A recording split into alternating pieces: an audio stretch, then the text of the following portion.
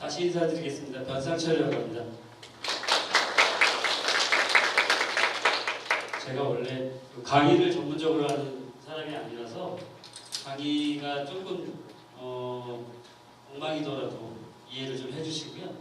저는 강의에 앞서서 아까 굉장히 훌륭하게 막 여러 일을 한 것처럼 말씀을 하셨는데 저는 그냥 국가폭력 피해자들을 지원하는 일을 그냥 계속 쭉 해왔던 육지것입니다.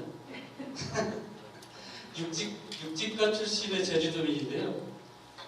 제가 사실은 아까 수사관직 광번에 말씀을 드렸지만 제주도는 굉장히 재미있는 곳이더라고요. 4.3이나 이런 국가폭력과 관련된 것들을 빼고 나면 아마 제주공항에 내리는 많은 사람들이 제주하면 보통 여기에 즐기러 오거나 놀러 오거나 뭔가를 힐링하거나 하고 이렇게 내려오는 분들이 많으시잖아요. 그래서 박물관이나 기념관들도 굉장히 여러 가지가 있어요. 다양하게. 저희가 그 수사관집 광보내를 만든 것도 제주이기 때문에 가능했다. 그래서 오늘 제가 드릴 말씀은 4.3이라는 건 오늘 다 오신 분들은 아마 다 아시는 주제이기 때문에 제가 4.3에 대해서 길게 얘기하지 않겠지만 4.3이 우리에게 지금 이 시간 우리에게 살고 있는 우리에게 던져주는 메시지가 어떤 것입니까? 그리고 4.3이 현재까지도 우리 제주도민을 어떻게 옥죄에 메고 있는 것인가? 4.3이라고 하는 분례가 우리에게 실질적으로 어떤 역사인가, 그리고 현재를 살아가는 우리 유족들이나 후손들이 어떤 피해를 실제적으로 당하고 있고 이게 왜 현재적인 문제인가에 대해서 오늘 같이 이야기를 좀 나눠보겠습니다. 철저하게 육지것의 시각으로 말씀드리겠습니다. 제주도민 분들은 너무 많이 들으셨으니까 육지것의 시각으로 오늘 말씀드리겠습니다. 제가 사실은 4.3이라는 걸 잘 몰랐습니다. 제가 처음 제주도에 내려왔던 건 2008년도에 이장영 사건이라는 사건으로 제가 들어왔는데 혹시 이근환이라고 하는 수사관 들어보셨나요? 네.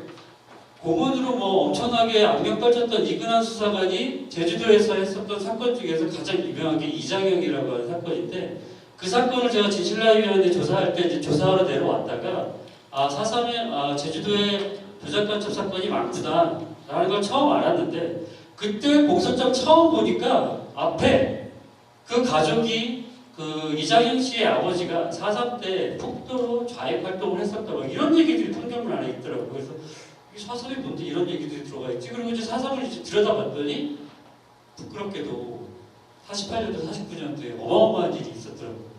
그런데 4년 전에 올해 이제 74주년이잖아요. 4.3 74주년이죠. 18년도였나요? 저희가 70주년이? 2018년도였죠. 2018년도에 70주년을 하면서 육지에서 굉장히 많은 좀 이렇게 변화들이 있었습니다. 4.3에 대한 시각도 바뀌었고 4.3에 대한 구체적인 이야기부터 알게 되고 그래서 최근에 2021년도에 4.3 특별법이라고 하는 것이 국무회의에 통과되었고 피해보상 명예회복이라고 하는 길들이 열리지 않았습니까? 지금 이제 아마 유족분들 그 배상이나 아니면 유족 그 피해 사실을 신청하셔서 지금 도에서 지금 계속 접수받는 걸로 알고 있습니다. 말도 안 되는 거죠, 사실은.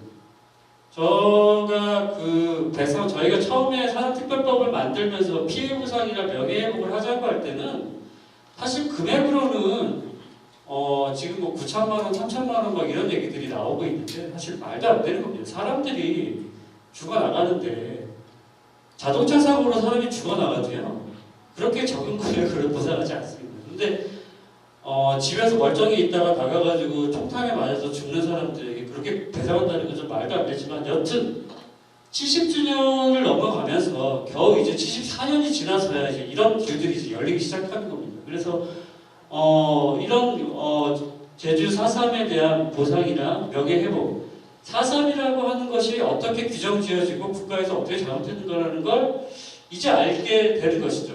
저는 그런데요. 그래서 특별현실 명예회복 배보상 이런 것들이 이제 되어서 실제 이제 그 검찰청에서도 4.3과 관련돼서는 특별검찰 제도를 도입해서 4.3과 관련된 피해자가 있다고 하면 검찰에서 그 피해 사실에 대한 재심들을 이제 도와주고 그래서 4.3 같은 경우에는 재심이라든가 이런 것들이 원활하게 이루어지고 있는 편입니다. 다만 지금 정부가 그 대통령이 바뀌면서 이 부분들도 조금 보수적으로 바뀌어가지고 실제로 원활하게 이루어졌던 문재인 대통령 때 원활하게 이루어졌던 저런 특별감찰관 제도들도 잘 이루어지지가 않고 있는 게 사실 요즘 실정이죠. 그런데 한 번씩 이런 인간들이 튀어나옵니다. 멀쩡하게 지금 4.3에 대한 명예회복이라든가 배보상에 대한 부분들이 계속 이야기되고 있고 국가에서 노무현 대통령 또 뭐 이전에 뭐 문재인 대통령도 그렇지만 여러 대통령들이 바뀔 때마다 내려와서 미안하다 이제 추념식에 참여해서 잘못했다 국가가 잘못했다라고 이미 이야기를 하고 있는데도 불구하고 한 나라의 대통령 후보로 나오는 아주 유명 정치인이 또 당의 당 대표까지 했던 사람이 여전히 4.3 사태라는 말을 해요. 폭도라는 말을 아주 서슴없이 합니다. 사람이요. 누군가하고 이렇게 싸우고 나서 제가 예를 들어서 누구를 때렸습니다. 때리고 나서 너무 죄송합니다. 잘못했습니다 하고 사과를 해서 다시는 그런 일이 벌어지지 않도록 하겠습니다. 그리고 첫 번째 사과할 때는 받아들일 수 있잖아요. 그런데 와가지고 언제 그랬냐는 듯이 또 때려보면 그 사람 다시 믿을 수 있겠습니까? 신뢰라는 건 그때 깨지는 거죠. 처음 맞았을 때 깨지는 게 아니라 화해를 하고 사과를 하고 나서 다시 때리면 그때부터 신뢰가 깨집니다. 상대방에 대한. 국가도 마찬가지인데요. 대통령이 계속 내려와서 사과하면 뭐합니까? 한쪽에서는 계속 저렇게 폭동이라고 하면 정부의 진실규명 의지나 명예회복 의지는 사실 기대하기가 어려워지는데 지금 이 부분에서 한쪽에서 대통령이 내려와가지고 미안하다고 하는데 한쪽에서는 거대 당의 그 검을 정치인이라고 하는 사람들이 저렇게 이야기를 하는 거죠. 여전히 4.3을 폭도들의 부장반란이라고 우기고 있습니다. 그리고 여전히 그런 상태에 죽을 때까지 고쳐지지 않는 저런 말들을 하는데 여전히 방송에서 저런 것들을 계속 떠드는데도 저희가 처벌을 할 수가 없는 상황이 지금 되고 있는 거죠. 폭도들이라고 자꾸 얘기하는데요. 대한민국 역사는 폭도들이 만든 역사입니다. 동학이라고 하는 건 여러분들 다 아시죠? 예. 당시의 동학도 폭도라고 했습니다. 의병도 폭도 터벌이라고 했고요. 3.1운동도 당시 신문에서는 전부 다 폭도들의 반란이라고 했었습니다. 3.1운동, 독립군, 10월항쟁, 4.3, 마사리거 여기 지금 여수는 빠졌지만 여수도 마찬가지고요. 저희가 87년도 6월항쟁도 마찬가지입니다. 전부 다 폭도라고 했었죠. 대한민국의 역사를 만들어 온 것은 다 폭도입니다. 폭도들이 한 것들이 만들어 온 것이 한국 현대사인 것이죠. 육지에서 4.3이라는 건 사실 제가 최근에 이제 그 부분에 대해서 알았다. 4.3에 대해서 이야기했다라고 하지만 육지에서는 4.3에 대해서 잘 몰랐어요. 이 신문을 보면 경향신문 신문인데요. 1974년도 긴급조치 4호가 발동한 날이 4월 3일입니다. 1974년에 무슨 일이 있었냐? 민청학년 인혁경 사건이 있었던 해입니다. 이날이 4월 3일인데요. 당시 학생들의 대우 예정일이 4월 3일이었어요. 중앙정보부는 학생들이 4.3 행사를 하는 줄 알고 경계를 했어요. 이 행사를 못 치르도록. 당시에 민청학년들이 요 긴급조치 4호를 발동하던 이날 대보를 하려고 했던 건 이 긴급조치 4호에 대한 반발이었는데 정부에서는 4.3을 혹시나 기준이라고 경계를 했던 거죠. 정작 이 긴급조치에 반발해서 민청학년을 주동했던 학생들이 이 4.3이라는 것 자체를 아예 알지 못했습니다. 육지에서의 상황은 이랬어요. 육지에서의 4.3.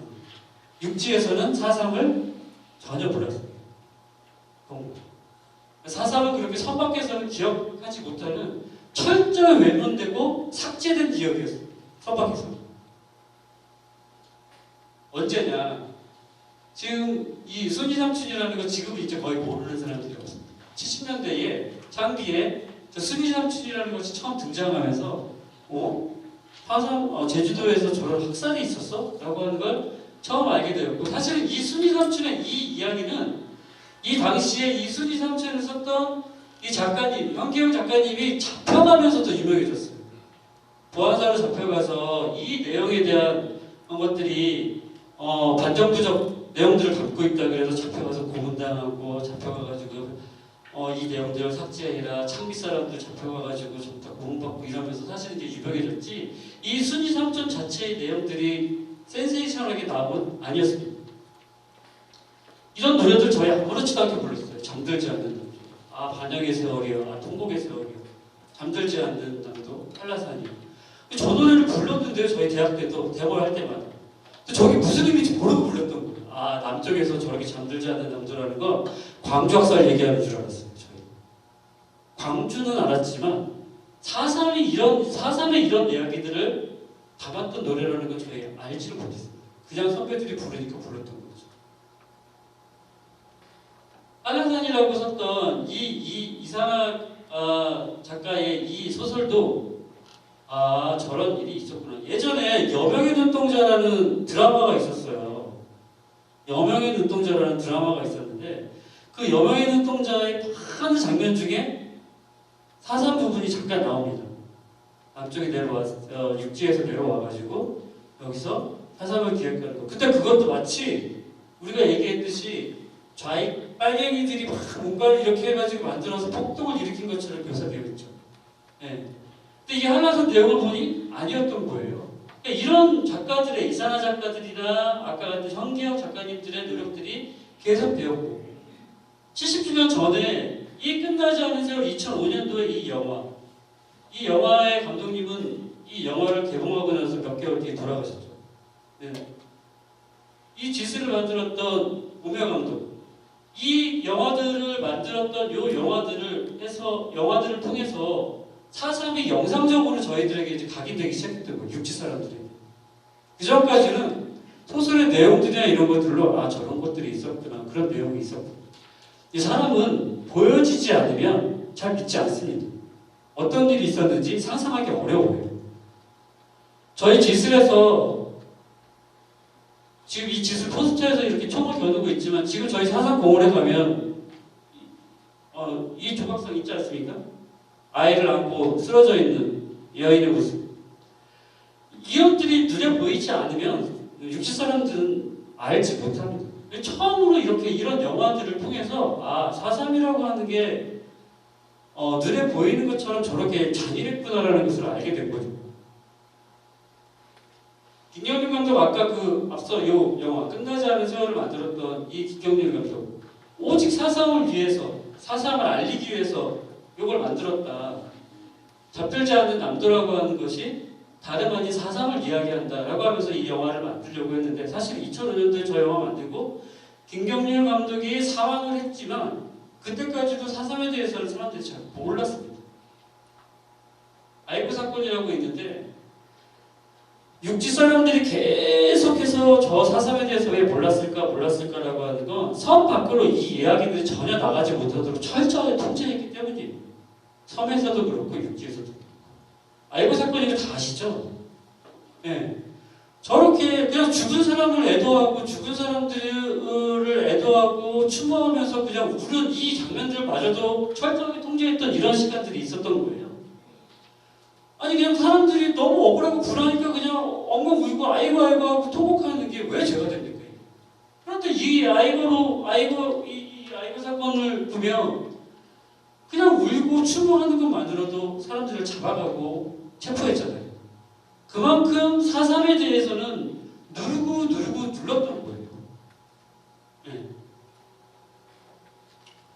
이렇게 누르고 눌렀던 이후에는 제주도는 4.3을 통해서 도작간첩을 만들 수 있는 그야말로 그냥 어장입니다. 어장. 가두리 어장. 신삼다도 제주라고 했는데요. 예전에 제주하면은 삼다였잖아요.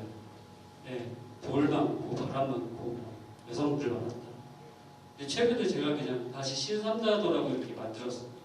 제일 교포가 아픔 많고 도작간첩이 많은 게 제주입니다. 네. 제주 인구에 비해서 엄청나게 많은 제일 교포와 도작간첩이 있죠. 제가 일본에 이 도작간첩 피해 사실들을 구제하고 이렇게 지원하기 위해서 가보면 오사카하고 도쿄, 특히 아라바고 같은 데에는 제일교포들 중에서 아예 그냥 제주분들이 동네별로, 예를 들어 고대면 고대, 아니면 저쪽에 함덕이면 함덕 이런 식으로 그냥 다들 계시더라고요. 마을들이 그냥 아예 그냥 지역별로 그렇게 그냥 모여서 살고 계시더라고요. 그래서 굉장히 편했습니다. 사실 일본에 가가지고 그분들 만나서 그분에 있는 부회장님들 만나면 다 알아서 이렇게 해주시니까 굉장히 많아요. 제일교포들이 일본에. 그리고 양승태도 제주 사람이고 강인철, 오지선을 조작가처럼 만들었다고 되어 있는데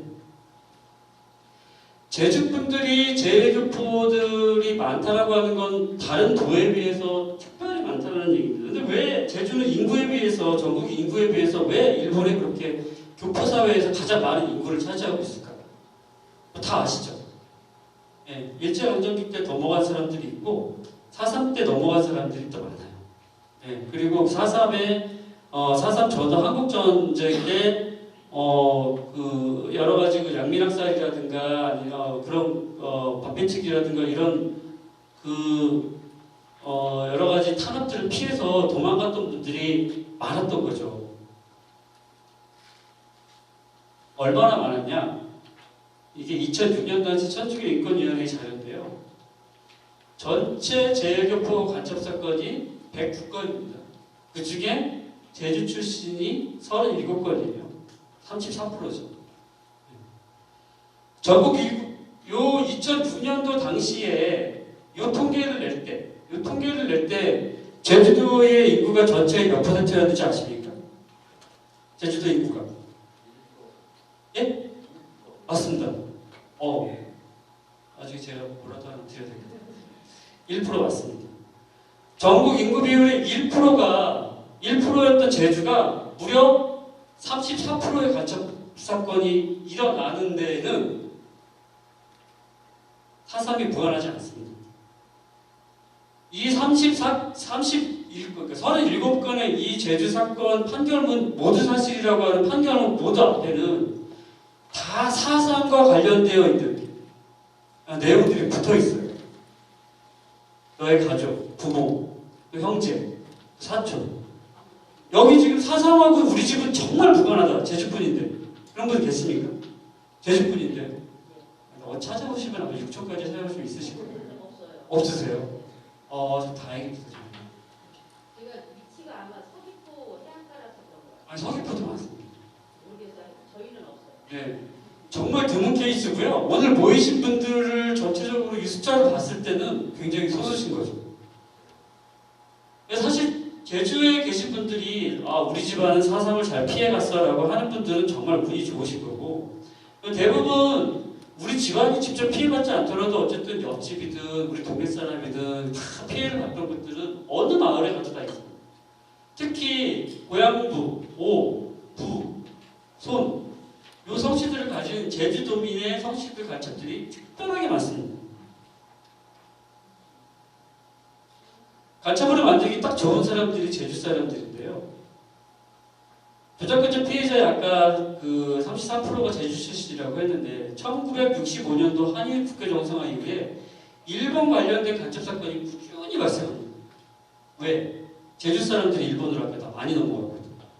그러면 일본은 조총련과 민단이라고 하는 아주 특이한 구조가 나눠져 있죠. 그리고 지금처럼 일본을 저희가 자유롭게 왕래할 때가 아니기 때문에 일본에 있는 정보원 또는 국정원 기관에 있는 사람이 이 사람은 조총련 쪽 활동을 하고 있어요 라고 영상 확인서 하나만 끊어지면 그 사람은 그냥 조총련 활동하는 사람 되고 간첩 활동하는 사람 됩니다. 지금처럼 비행기가 있어서 우리가 바로 가가지고 이거 진짜 민단 사람 맞으세요 라고 확인해보면 바로 들통날 일인데 60년대, 70년대에는 저희가 어디 일본 가기 쉬웠습니까? 80년대도 그렇지만 70년대까지만 해도 제주 되게 살기 어려웠잖아요. 저쪽에 일본에 계셨던 분들이 교포들이 그래서 엄청나게 많이 지원을 했고 동네마다 그 동네마다 마을에 학교도 세워주고 도로도 닦아주고 또 상하수도들이 좀 부족했던 데들은 그런 돈으로 전부 다 해서 저희가 마을마다 또 학교마다 가면 공동비들 다 있지 않습니까? 누가 얼마 기부해가지고 얼마 냈고 이거 다 일본에서 그렇게 대해준 거고 일본에 있는 사람들이 이렇게 도와준 것인데 그 사람들이 제일교포로서 조총련이냐 민단이냐를 나누는 건 이 기관에서 나눴던 거예요. 그리고 그 사람들이 총련인지 민단인지도 알지도 못하는데 이 사람들이 그냥 대통령 관련됐다? 이 집안이 4.3하고 연계됐다라고 하면 그냥 간첩되는 겁니다. 여기 앉아 계셨던 분들 중에 간첩이 안 되셨다고 하는 건 내가 협의가 없어서가 아니고요. 그냥 운이 좋으셨던 거예요. 이 34% 안에는 누구라도 들어갈 수 있는 거예요. 집안이나 아니면 마을에 4.3과 관련되어 있는 사람하고 마을이라도 한번 섞어갔다 그러면 그냥 이렇게 되는 겁니다. 일본에서 누가 와가지고 그 사람이 간첩됐다 하면 그 사람은 다 편의적으로 되는 거거든요.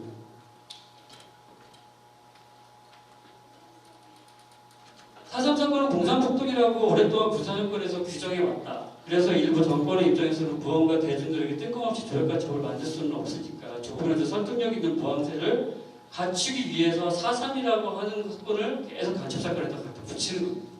원죄는 4.3에 연관되어 있는 사람들은 빨갱이이기 때문에 빨갱이들은 언제라도 북한에게 침묵적인 활동을 할 수 있다. 쟤들은 언제든지 폭동을 일으키려고 반정부 행위를 준비하고 있다라고 늘 규정하고 있기 때문인 거죠. 오진영 씨라고 하는 간첩 피해자가 있는데요. 이 사람은 1970년대에 간첩으로 불렸던 분입니다. 제주분이신데 지금부터는 다 제주분입니다.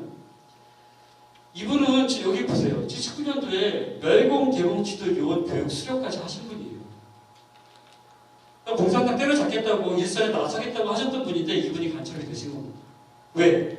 이분의 조카가 또 사촌이 일본에서 활동하고 계신데 여권에 이 사람이 이 친척들의 여권 이름에 조선이라고 찍혀있거든요. 아시는지 모르겠지만 1945년도에 해방된 이후에 일본으로 많은 사람들이 도의를 해서 갔습니다. 해방이 갑자기 됐어요. 이 사람들에게 국적을 부여해야 되잖아요. 그러면 50년 전까지는 어떻게 됐습니까? 45년 전까지는 어떻게 됐습니까? 남한 북한이 있었습니까? 없잖아요. 조선이라는 것만 있죠. 그래서 일괄적으로 남아있었던 일본 교포들에게 임시 여권을 나눠준 것이 바로 조선이라고 하는 여권을 다 임시 여권을 나눠준 겁니다. 그래서 당시에 분단이라고 하는 것을 인지 못하고 일본으로 넘어갔던 사람들은 그 임시 여권 지금도 가지고 계세요. 살아계신 분들은 그때 받으셨던 분들은.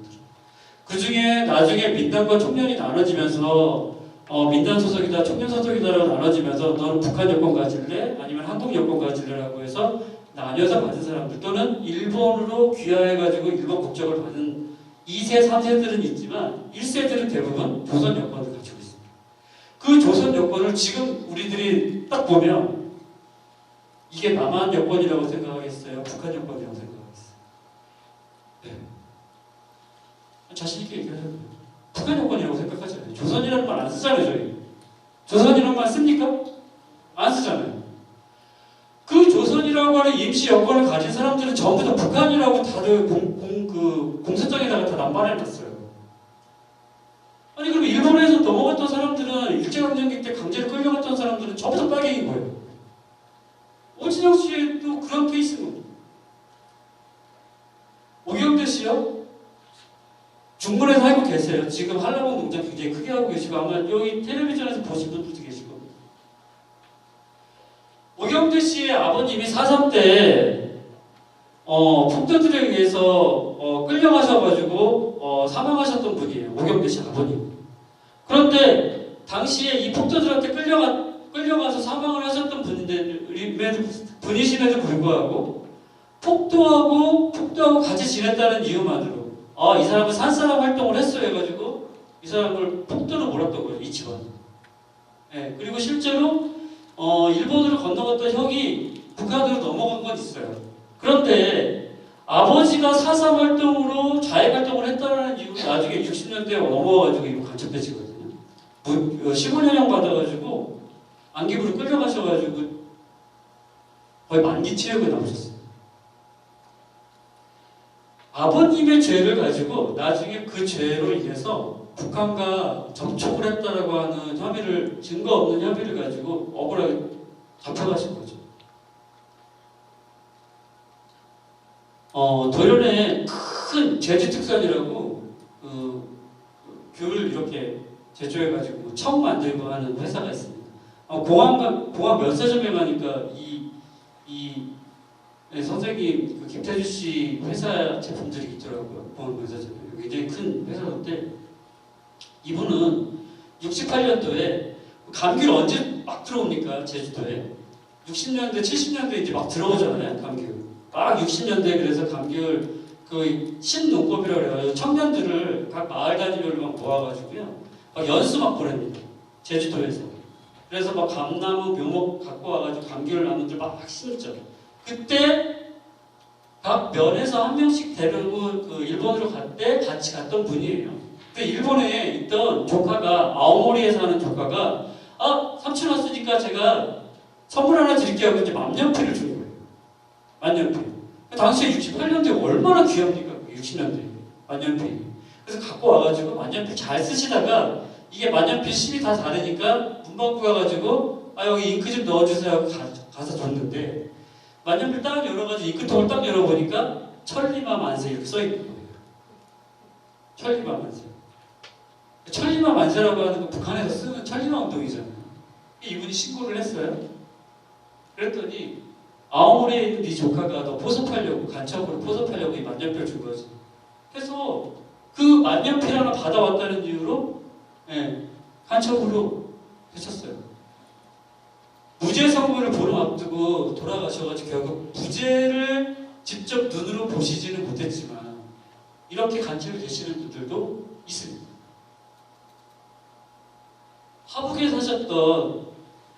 화북에 사시던 기병남 씨인데요. 이 기병남 씨는 부인이 사삼 유적이에요. 부인이 사삼 유적입니다. 그 예전에 그 화북에 굉장히 많은 사람들이 화북에서 그 지금 제주교육대학교 있는 그 저수지 쪽 거기에 굉장히 많은 사람들이 끌려가가지고 이제 학살을 당했는데 그 학살 당할 때 그 김인근 씨라고 하던 이 유적 그 가족들이 8명이 거기서 들어가서 학살을 당했습니다. 잡혀가서. 그 인근 할머니는 아마 책으로도 막 나와가지고 아시는 분들은 좀 아실 거예요. 그 그림 이렇게 그리시거든요.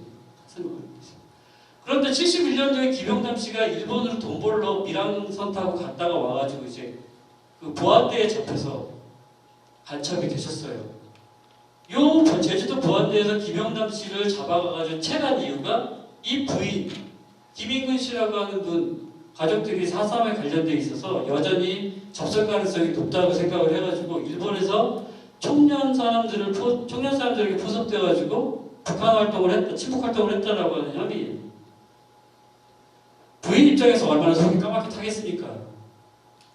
우리 집안 일 때문에 남편이 잡혀가가지고 감옥살이를 하니 시댁에서 가만히 놔뒀겠습니까? 그 부인, 그 아내를 얼마나 구박을 했겠습니까? 너네 집안 때문에 내 자식이 너 때문에 지금 죽게 생겼다. 네가 남편 잡아먹은 년이다 이러면서 얼마나 고생했는지 몰라요.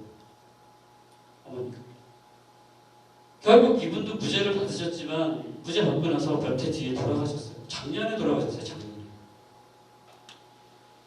김영중학교 사건이라고요. 이방택 교장 선생님이랑 뭐 해가지고 했던 사건이 있습니다. 이건 김영 출신의 사람들이 김영중학교 관사하고 사택 그리고 그 교실이 부족하다 그래가지고 일본 김영발전위원회라고 하는 그 일본에 있는 그 교포사회의 그 모임에서 김영중학교에다가 돈을 엄청나게 많이 헌사를 했는데 한 100여 명 정도가 거기에 이제 참여를 해서 헌금을 해서 여기다 이제 보내줬어요. 그 100여 명 중에 한 명이 청년 사람이 섞여 있었던 거예요.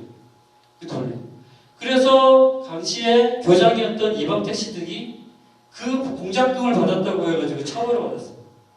사실은 이분들만 처벌받을 게 아니라 그 돈의 출처를 알았던 다른 사람들도 다 처벌받아야 되는 거예요. 당시 뭐 학부모회라든가 기성회라든가 다 처벌받아야 되는데 그런 사람들 처벌 안 받고 이방택 씨하고 당시 교사였던 한 분이 더 처벌받았습니다. 한삼택 씨라고. 당시에 이 사건을 맡았던 부장검사가 야 이거 어떻게 처벌하냐 이게 무슨 공작금을 받은 거냐 그 사람들이 그 학교 지어주라고 해가지고 해서 이거 돈 받은 건데 이거 어떻게 처벌하냐 우리는 이거 기소 못한다 그래서 당시에 1심 판사들이 전부 다 못한다고 버티고 사표 내겠다고 버텼어요. 그게 역사적으로 있었던 제1차 사법파동입니다. 네. 판사들이 전부 다 난 이렇게는 판결 못하겠다. 내가 판사에 앉은 거고는 이렇게 판결 못하겠다고 했던 게 1차 사법파동을 일으켰던 것이 바로 이 김정중 학교 사건이에요. 제주도에. 아니 이게 사상하고 이 대통령과 무슨 상관이냐. 학교 건물을 지어주겠다고 일본 교포들이 돈을 모아준 게 어떻게 범죄가 되냐라고 버텼던 이 사람들 전부 다 사표내고 나갔죠. 지금 검찰이 요즘 뭐 그냥 막 칼을 휘두른다고 하는데 당시에 검찰에서 밀어붙였습니다. 이 사건에 대해서. 그래서 결국 판사들이 이렇게 검사들, 판사들이 전부 다 사표를 쓰고 나가게 된 계기가 있죠. 우도에서도 간첩 사건이 있었던 거 혹시 아십니까? 우도에서도 간첩 사건이 있었어요. 우도에서도. 2010년도. 당시에 수협 직원들이 수협 개원들하고 수협 조합장이 전부 다 이 사건에 연루돼가지고 돌아가셨는데요. 당시에 우도 쪽에 수상한 배가 하나가 들어왔다가 나갔어요. 수상한 배. 확인되지 않은 미확인 배입니다. 지금 만약에 북한 배가 월선을 해서 남한으로 내려왔다 이러면 그쪽에 있는 도서 주민들이 처벌받습니까? 아니면 그쪽 지키고 있는 해경들이나 해군들이 처벌받습니까? 주민들이 처벌받지 않잖아요.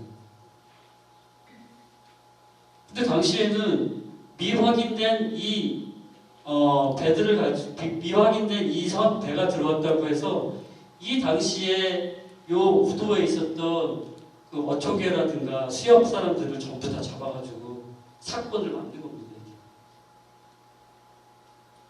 74년도에 오성재 사건이라고 여기 그 도남동 쪽에 살고 계셨던 분인데요. 오성희 씨라고. 일본에 가서 돈 받으려고 했다가 갔다 와가지고 이렇게 방구가단체 구성원과 만났다. 회합이라고 하는 건 이제 만난 거잖아요.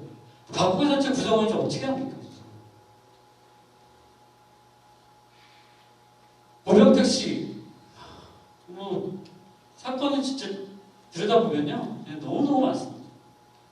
여기 국토의장이 해가지고 이 김치백 씨라고 여기 지금 발뿌리 아래 돌이라고 하는데 오늘 그렇지 않아도 그 사상 평화재단에서 이걸 주관한다고 해가지고 제가 좀 여쭤보려고 그랬어요.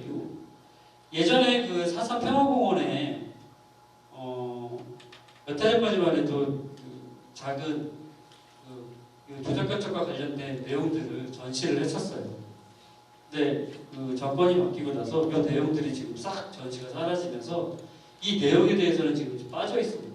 근데 저는 처음에 그 전시를 할 때 4.3이라는 것과 도적간첩, 국가폭력은 떼야 뗄 수 없는 하나의 흐름인 거거든요. 그런데 그래서 그 4.3 평화공원에 그것이 이제 전시되어 있었을 때 굉장히 좀 뿌듯했었는데 그게 철거됐다고 해가지고 좀 마음이 좀 안 좋았습니다. 김치백 씨 사건 같은 경우에도 제일교포 실험인인데 마치 이 사람이 무슨 불순한 의도를 가지고 북한에 포섭돼가지고 들어온 것처럼 해서 간첩이 되신 겁니다. 여기에 김치백 씨는 김치백 씨 여기 있죠. 네. 실제로는 강욱이라고 하는 사람이 검의 간첩으로 되어 있습니다. 김치백 씨는 편의제공. 편의제공이라는 게 뭔지 아십니까? 와서 밥 한 번 사준 거, 차 한 잔 내준 거, 이게 편의제공이 되는 겁니다. 네. 여기 지금 김기호 씨 같은 경우에는 여기 지금 돼 있지만 4.3 사건 취재했던 기자예요.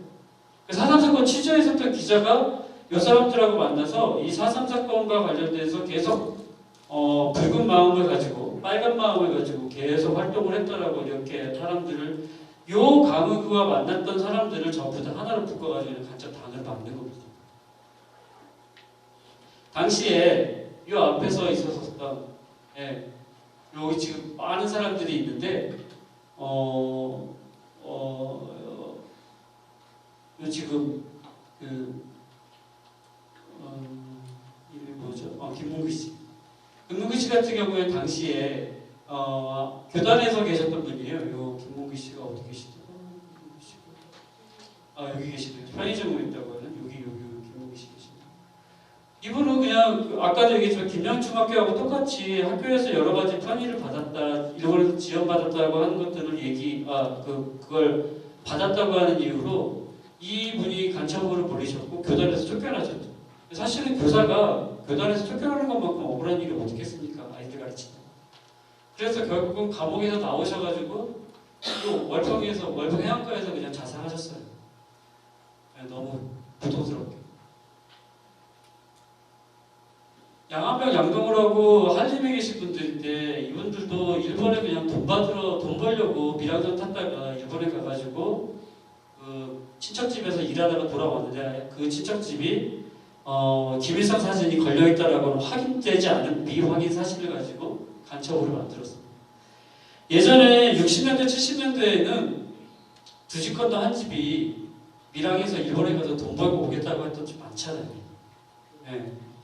지금 중국에서 한국으로 엄청나게 돈 벌러 들어오는 것처럼 당시에 우리도 제주에서 일본으로 가야 돈을 벌 수 있다. 일본의 친척들 집에 가서 돈을 벌 수 있다. 그래서 정말 그 부토하고 막 배설물 있는 그 어선 밑바닥 선창가 바닥에 그냥 며칠씩 있어서 그냥 토하면서 그냥 넘어가가지고 일본에서 돈 벌고 그랬던 분들이 돌아와서는 전부 다 이렇게 간첩이 되시는 겁니다. 여기 지금 김평강 씨, 여기 허만아 씨 여기 계신데요. 이분들도 다 돈 벌러 갔다 오신 분들이에요. 김평강 씨 같은 경우에는 아버지가 예전에 그 4.3이 일어나던 그 즈음에 아버지가 자치경찰단이었어요. 그러니까 다시 말하면 우익이었어요. 우익경찰이었어요. 그래서 지금 경무에서 이분은 돈도 받으세요. 한 달에 얼마씩 규적이라고. 그랬던 사람을 간첩으로 만들어가지고 데려갔어요. 그 한 사람들이랑 싸웠던 사실을 조작해서 뒤바꿔가지고 마치 산 사람 활동을 한 것처럼 뒤바꾼 거죠. 그래서 우리는 경우에서 돈도 받는다는 걸 다 냈는데도 불구하고 그냥 간첩으로 되신 거예요. 허관의 씨도 마찬가지죠. 육지간첩과 다르다라고 하는 거는 그런 점에서 다르고요. 또 하나, 제주는 물론 이제 뭐 육지도 마찬가지지만 한국 같은 경우에는 부산분계선이 있기 때문에 어디로도 나갈 수가 없잖아요. 근데 섬 같은 경우에는 더더욱이 섬에서 어디를 갈 수가 없지 않습니까? 제주 같은 경우에는 본인들을 고문했던 사람들이랑 한마을에서 그냥 같이 살더라고요. 사삼 같은 경우에도 사삼에서 예전에 그냥 학살에 참여했던 사람들이거나 아니면 그냥 저쪽 우익 쪽에 있었던 사람들, 좌익 쪽에 있었던 사람들 그냥 한마을에서 지금 다 모여 살잖아요. 이분도 여기 지금 빨갛게 표시된 여기 있죠? 여기 요 집. 요분 집에서 걸어서 50m 되려나요? 옆에 집이니까. 여기 자기가 고문했던 수사관이 여기 살아요. 매일 얼굴 봅니다. 매일 얼굴 봐요. 심지어 이분이 이 집 찾아가가지고요 따지기까지 했어요. 니네 아방이 우리 아방 고문 엄청나게 시켜가지고 다 병신된 거 아니냐고. 그랬더니 그 고문했던 김 수사관이 뭐라 그러냐면 시대 잘못 만난 거 그냥 탓하라고. 그게 사과입니다. 그러니까 이분에게는 얼마나 고통스럽겠어요. 매일같이 이 수사관들을 봐야 되니까 이 자기를 고문했던 사람을 봐야 되는 거예요. 재심에서 무죄를 받았으면 와서 사과를 해야 되는 거 아닙니까? 미안하다고. 지나가다가라도 아이고 고생 많았다. 미안하다 할 때는. 매일 보는 데도 사과 안 해요. 그러니까 입장에서는 무죄는 받았지만 어떻게 고통이 지워지겠습니까? 매일처럼 악몽을 꾸는 거죠. 매일처럼 그날이 생각나는 겁니다. 서경인 씨도 마찬가지고요. 여기 이근환 있죠. 84년도에 이근환이 이장영 사건을 만들어가지고 이제 돌아가신 이장영 씨 이 사건을 했어요. 당시에 이 석방을 위해서 후원모임도 결성했고 여기 지금 작년에 그 사상 트라우마 부스센터장에 있었던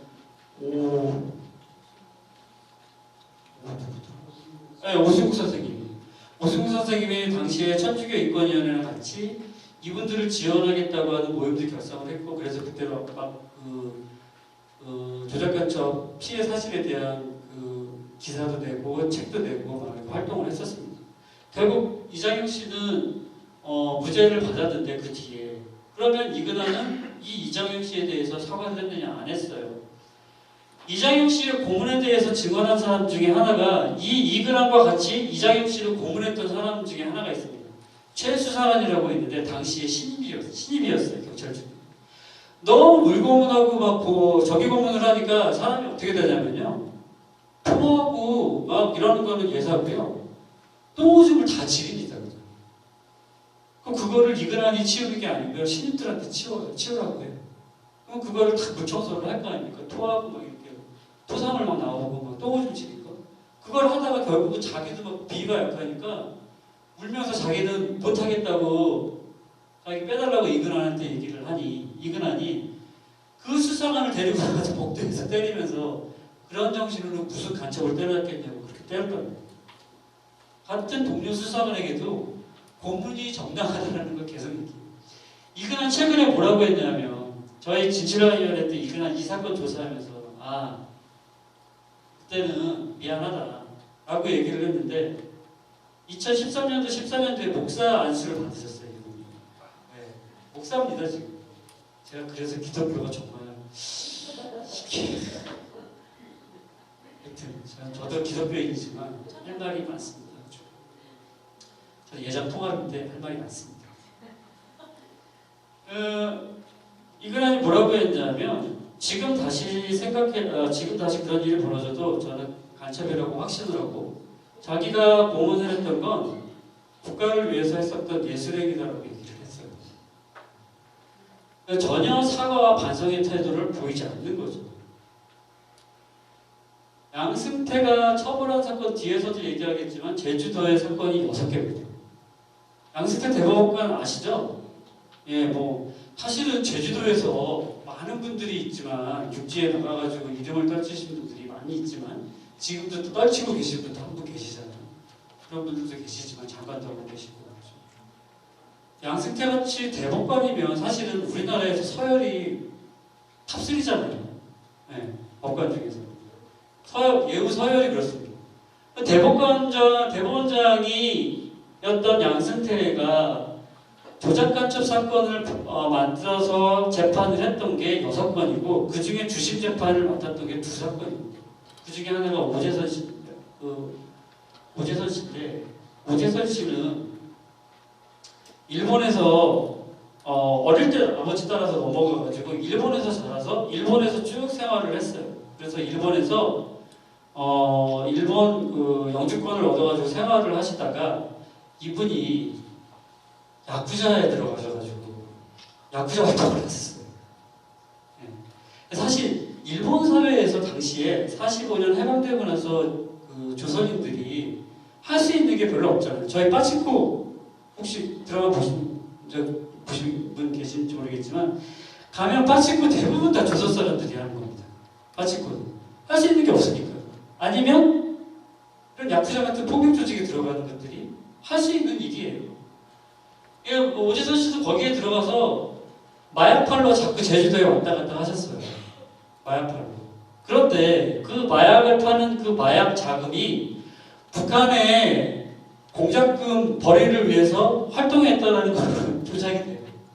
그래서 한국에 들어왔다가 이분이 잡혀요. 한국말도 제대로 못했던 이 오재선 씨가 자기는 야쿠자였다, 마약을 팔다가 들어왔다라고 얘기를 하지만 결국은 이분도 간첩이 되셔가지고요. 네. 복역을 하십니다. 간첩은. 양승태가 있었던 양승태가 나 고문당해가지고 이거 허위사실이라고 요 지금 제주법원에서 그렇게 항변을 했지만 안 들어주고 그냥 간첩으로 그냥 서벌을 했어요. 강희철 씨 지금 조천에 살고 계시죠. 85년도에 제주경찰에서 간첩이 되셨는데 복역은 13년을 하셨지만 선고는 무기징역 받으셨습니다. 간첩으로.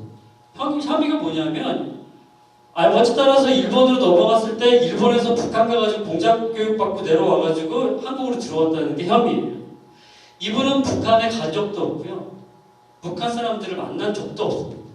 그런데 이 사람이 북한에 갔다 왔다라고 하는 유일한 증거가 뭐냐면 요 만년필과 양복 한 벌이, 이 큰아버지가 주신 만년필과 양복이 북한에서 2달, 3달을 북한에서 일본 교육해가지고 교육받으면서 김일성이가 너에게 열심히 남한에 가서 통일혁명 과업을 수행하면서 줬다고 하는 공작품으로 바뀝니다.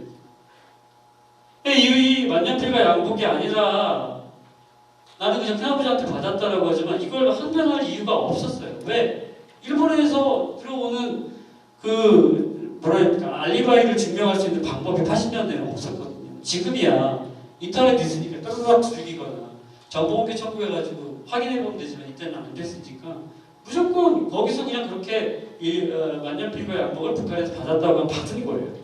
그리고 이 북한에서 공작 활동을 했다고 하는 요 기간의 알리바이는 이분이 여름에 공장에서 여름 휴가를 받아서 여름 휴가 기간 동안에 놀러 갔다 왔다는 그 기간에 너는 북한에 갔다 온 거야 라고 확인을 한 거죠.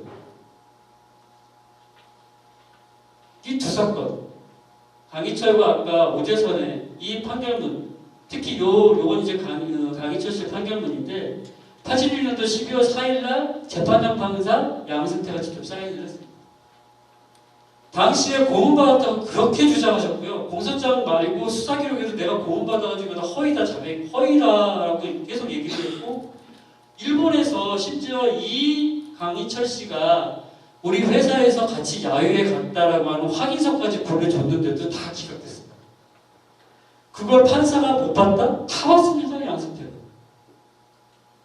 수사관들만 책임 있는 거 아니잖아요. 법원도 판사도 양심에 반하는 판결을 한 거죠. 왜 양승태가 그랬을까? 양승태 대법원장이 6건 도적 간첩을 했는데 이렇게 김동희, 유원희, 조특근, 장효식, 강희철, 오재선. 요 강희철, 오재선은 본인이 주심 판사로 재판장으로 있으면서 자신이 결정한 사건이고요. 요 4개는 우리 드라마 같은 데 보면 판사 이렇게 3명 앉아 있잖아요. 앞에. 가운데를 중심으로 좌쪽, 우쪽에 이렇게 있는 사람들을 배석판사라고 합니다. 그 배석판사 시절에 있었던 사건들입니다. 이렇게. 양승태는 치사하게도 김기춘 아시죠? 네, 비서실장이라고 감옥 갔던 김기춘, 박근혜 때. 경남고 서울대 법대 선후배 관계예요. 김기춘은. 그래서 여기서 김기춘이 요 사건들을 하던 이때가 김기춘이 뭘 했냐? 중앙정보부에 있었습니다. 중앙정보부장입니다. 당시에 김기춘이 중앙정보부 대검수사국장으로 조작한 이 사건들을 해 하면 양승태는 땅땅땅 두들기는 거예요. 제주 사람들이 이렇게 피해를 받는 데에는 같은 제주도 사람들이 제주 사람이 양승태도 한몫을 했다는 거죠. 너무나 잘 알고 있는 겁니다. 이 피해 사실들이 앞서서 모두 사실에 4.3이라는 판결문 내용들을 다 넣으면 이 사실들은 거부할 수 없는, 거역할 수 없는 이 사람의 판결문으로 완성이 된다는 걸 양승태는 누구보다 더 잘 알고 있는 거예요. 4.3이라고 하는 것이 들어가면 그건 거역할 수 없는 빨갱이 딱지가 딱 완성된다는 걸 양승태는 알고 있었던 거예요. 4.3 항쟁의 가해자들 안에 여기 지금 한홍구 교수님이 지금 반헌법 행위자라고 하는 걸 조사하고 내년에 아마 그 반헌법 행위자들에 대한 고문을 하고 사건을 조작해서 헌법을 유린했던 사람들을 수사관 또는 검사, 법원 또 기자 이런 사람들을 통틀어서 아마 이제 다 발표를 할 텐데 친일인명사전처럼 그 중에 양승태도 들어가 있습니다. 그러니까 아까 얘기했던 6건 중에 3건이 제주 사람이고 6건 모두 재심에서 무죄가 됐던 거죠. 저희 예전에 칼 858기 사건 있잖아요. 추락했을 때 방해다. 김현희가 폭탄 터뜨려가지고 칼기에 범하에서 범하라고 하면 안 됩니다. 미얀마라고. 예전에 양곤이라고도 하고 랭군이라고도 하고 그렇죠. 거기서 터졌을 때 첫 기사가 동아일보 첫 기사가 칼기에 탔었던 군봇, 이걸 미야모토라고 하냐? 네, 미야모토는 제주 폭동 가담자라고 첫 기사를 냈어요. 네? 칼기에 섰었던 김현이와 그 미야모토가 야마모토가 저기 미야모토 맞을 거예요. 네, 미야모토 맞을 거예요. 미야모토가 지금 이게 제주와는 아무 관련이 없는 사람들이라는 게 이미 확인이 됐죠. 네. 그런데 동아일보에서는 첫 번째로 나왔던 첫발 기사가 제주 폭동 가담자라는 걸 먼저 찍었어요. 이거 아셨어요? 4.3이라고 하는 것들을 갖다 붙이면 굉장히 쉬웠던 시절입니다. 80년대까지. 칼기를 폭파했던 사람들이 누군지도 모르는데 김현희의 배후에는 4.3이 있었다라는 것으로 딱 찍는 겁니다. 이경우가 미야모토네요. 미야모토 이경우. 이경우가 사건과 아무 관련이 없는 것이 지금은 만천하에다 드러났잖아요. 김현희와 이경우가 이 사건과는 아무런 관련이 없다. 그런데 제주폭동 가담자라고 하는 저런 기사들을 막 내는 겁니다. 요즘 말하는 가짜뉴스인 거죠. 여러분들은 알지 못하는 사이에 이 칼기 추락에 관련자들이 되어 있었던 거예요. 제주도민들은.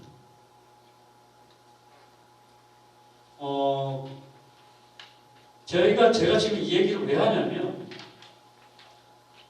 제가 아까 모두에 제가 육지 것이라고 했잖아요. 제가 몇 년 동안 이 얘기를 이렇게 조작가적 피해자들 재침을 아까 제가 쭉 이렇게 말씀드렸던 건 제가 관여를 했던 대부분의 사건들인데 이런 것들을 쭉 하면서 보면 제주분들은 모르시거나 알고 싶지 않은 경우들이 굉장히 많더라고요. 그래서 제가 여쭤봤어요. 왜 그러세요? 라고 했더니 괜히 거기에 귀 기울였다가 또 무슨 일 당할지 모른다는 공포가 있다.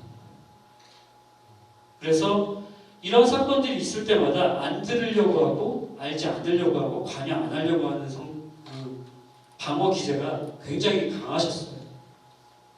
제가 처음에 제주에 내려와서 2008년도부터 이 제주에 있는 조작간첩 피해자분들을 이렇게 확인해 보니까 이런 내용들이 4.3하고 연관되어 있다라고 하는 걸 자꾸 결부시키는 걸 불편해 하시더라고요.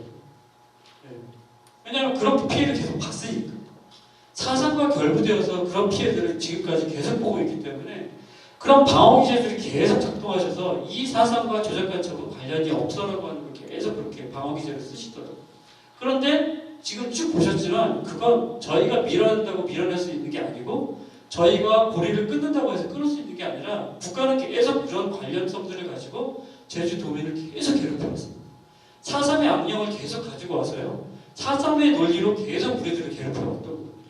이 김치백 씨의 따님인 김호정 씨가 요 발뿌리 아래의 돌이라고 하는 책들을 내면서 이 4.3 평화기념관 전시에 있었던 당시 아버님의 사건, 아까 그 강효우 김치백 사건, 그 사건의 내용들이 이 평화기념관 전시실 귀퉁이에 있는데 너무 좋더라고요.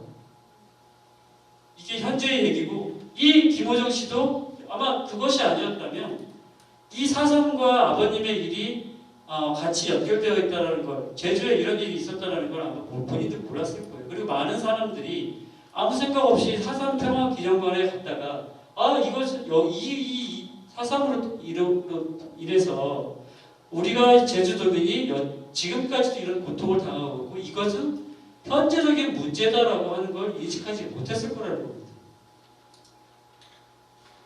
조작간첩 전시물이 2010년도에 개조 과정에서 삭제되었는데 뭐 지금 다시 복원되었는지는 모르겠습니다. 제가 최근에 안 가봐가지고.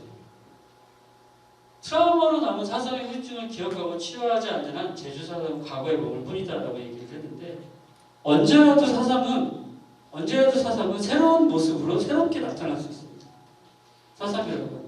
저희가 아까 4.3 보상법, 특별법 만들어져서 이제 4.3은 그렇게 해서 이제 끝나가는구나라고 생각하신다는 분 없으시죠? 4.3을 뭐라고 부릅니까, 저희가? 4.3을. 예를 들면 5.18 같은 경우는 광주 민주화운동, 여순항쟁 이렇게 부르잖아요. 4.3은 타삼 항쟁 뭐 이렇게 부릅니까 지금? 정명이 아직 안 됐습니다. 타삼은 정명조차 되지 않은 거죠. 그러니까 굉장히 어려운 문제입니다. 사삼. 그래서 4.3이라고 하는 건 현재적 진행 문제이고 아직도 완결되지 않고 아직도 완결되어야 할 여러 가지 숙제를 안고 있는 것이 4.3입니다. 그리고 생존자들이 가장 많은 것들도 4.3 중 많은 사건 중에 4.3이 자리 잡고 있고요. 수상한지 관본회가 그 도련동에 있어요. 국내 아니 전 세계에 유일하게 하나밖에 없는 조작간첩을 기념하는 기념관이에요. 여러분. 그리고 전 세계 어디에도 없는 간첩 피해자를 지원하는 조례가 있는 곳이 제주도입니다. 이거 아셨어요? 간첩 피해자를 지원하고 있는 조례법이 있다는 거? 알고 계셨습니까? 모르시는 분이 좀 많으신 것 같아요. 수상한지 관본에는 도련에 이렇게 있습니다. 이렇게. 원래 광고 삼촌이 살던 집이 이렇게 안에 있고요. 이걸 부시지 않고 그대로 가지고 있습니다. 그 위에 집을 이렇게 덧붙인 거예요. 왜 이랬을까요? 원래 광고 삼촌의 그 고향은 이 도련이 아닙니다. 곤을동이라고 지금 우리 기억 사라진 마을 중에 하나 곤을 출신입니다. 곤을 출신인데 곤을동에서 학살을 당한 피해자 중에 한 분이세요. 그런데 곤을에 살던 이 분들이 대부분 화북으로 나와서 살다가 화북에서 다시 아들이 간첩으로 되니 광주교도소에 아들이 7년 동안 가 있다가 오려고 오는 걸 생각하니 아버지 입장에서 어떻겠습니까? 얘가 화북에서 계속 곤을에서 계속 못 살겠는데 다른 데로 가야겠다. 얘를 모르는 이 아이, 내 아들을 알지 못하는 곳으로 가야겠다 해서 이 도련까지 올라오신 거예요. 그래서 여기서 집을 지었습니다. 집을 지은 이유는 감옥에서 나온 아들이 나오면 누울 자리라도 있어야겠다 그래서 여기서 손수집게 집을 지으신 거예요. 그래서 나와서 전혀 세판 모르는 도련동에 와서 계속 사신 겁니다. 이거 아버지가 직접 하나하나 지으신 집입니다. 이 기념관을 지을 때 첫 번째 요구 조건 딱 하나. 이 집을 부시지 않았으면 좋겠다. 아버지가 나를 위해서 조작간첩이었던 사람을 아니라고 유일하게 믿어준 아버지가 지어준 이 집은 절대 부시지 않았으면 좋겠다. 그래서 이렇게 남겨두고 그 위에 이렇게 지었습니다. 여기에는 광고의 서재라든가 이런 것들이 다 있어서 제주의 조작간첩 피해자들, 제1교포 사회에서 얼마나 많은 제주도민이 간첩이 되었는지를 짤막짤막하게 이 집안에다가 다 구성을 해놨습니다. 전부 게 없습니다. 조작간첩 피해자. 저희가 4.3과 관련돼서는 뭐 4.3 평화공원도 있고 아니면 뭐 저쪽에 어디입니까? 부천에 어디죠? 어디? 노무승이 기념관도 있고 여러 가지가 있습니다. 4.3과 관련돼서. 근데 이 조작간첩과 관련돼서는 없어요. 어디도. 유일하게 전국에서 여기 있습니다. 제주도에. 여러분들 자부심을 가지셔야 돼요. 진짜. 제주도에 이런 기념관을 가지고 있다는 건 굉장히 자부심을 가지시는 일입니다.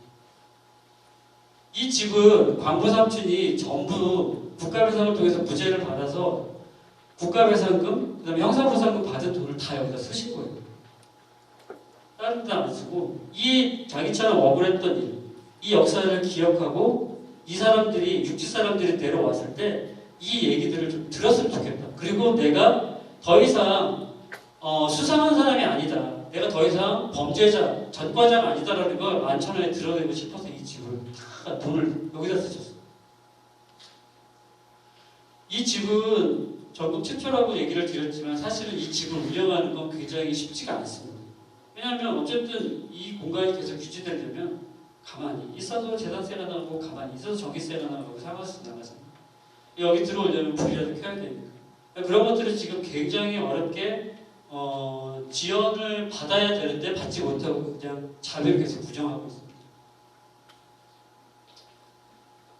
여기서 말씀드렸지만 이 집을 지었던 건 억울한 국가 피해자들을 위한 쉼터라고 하시면 됩니다. 여기가요 게스트하우스예요. 2층 게스트하우스라서 방이 4개가 있고 여기 조작간첩 피해자들 분들이 들어오시면 주무시고 갈 수 있도록 다 만들어놨습니다. 국가폭력 피해자들 이런 분들. 일반인들도 와서 주무시고 요즘은 일반인들이 더 많이 와서 자고. 그리고 이 3층은 제주에 있는 24명의 세월호 생존자가 있어요. 제주도에. 세월호에서 살아남은 24명의 화물기사들이 제주에 있는데 그분들의 이야기들도 이 3층에 담겨져 있습니다. 수상한 집은 이런 복합구조가 되어 있습니다. 그리고 아까 말씀드렸듯이 강희철 씨나 오경대 씨나 오재선 씨나 이런 분들의 이야기들이 짧게 저렇게 담겨져 있어요. 그 중에 몇 개를 소개하면 오재선 씨 같은 경우에는 고문에 대한 부분들은 그냥 고문을 안 당하려고 무조건 예의했다. 그래서 심한 고문으로 오른쪽 귀구멍이 나갔다. 병신이 됐다. 아까 사진에서 잠깐 보셨는지 모르겠지만 오재선 씨 여기 지금 귀를 이렇게 막고 계시죠? 네, 잘 안 들리시니까. 오른쪽 귀는 완전히 나가셔서요. 그나마 청력이 남아있는 왼쪽 귀로만 이렇게 자세히 들으시고.